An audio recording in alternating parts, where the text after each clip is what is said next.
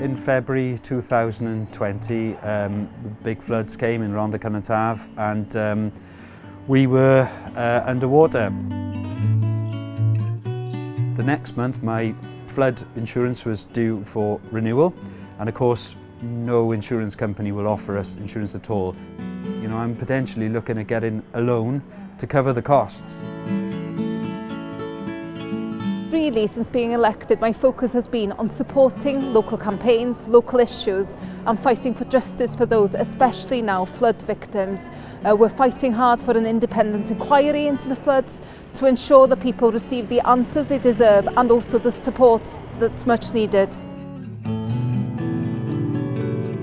9 months ago I was here helping with the clean-up locally and seeing the devastation that had been caused by the floods. Of course, since the floods we've had COVID as well, so it's been a double whammy of a year for so many people here.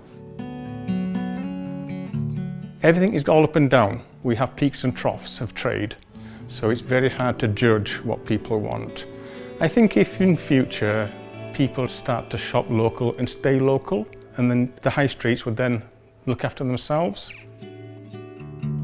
We're here today because we want people to know that we will be with them every step of the way in undoing the damage that has been done in this difficult year, but hopefully looking forward to next year and a government that will support them and put in place the investment and the resources that they need to recover and build a more prosperous future.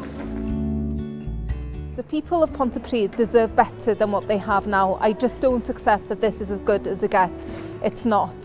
And I know a Plaid Cymru government will deliver for the people of Pontypridd constituency, which is why I'm standing next May and why I want to be there fighting for residents, fighting for their rights and fighting now for justice for flood victims.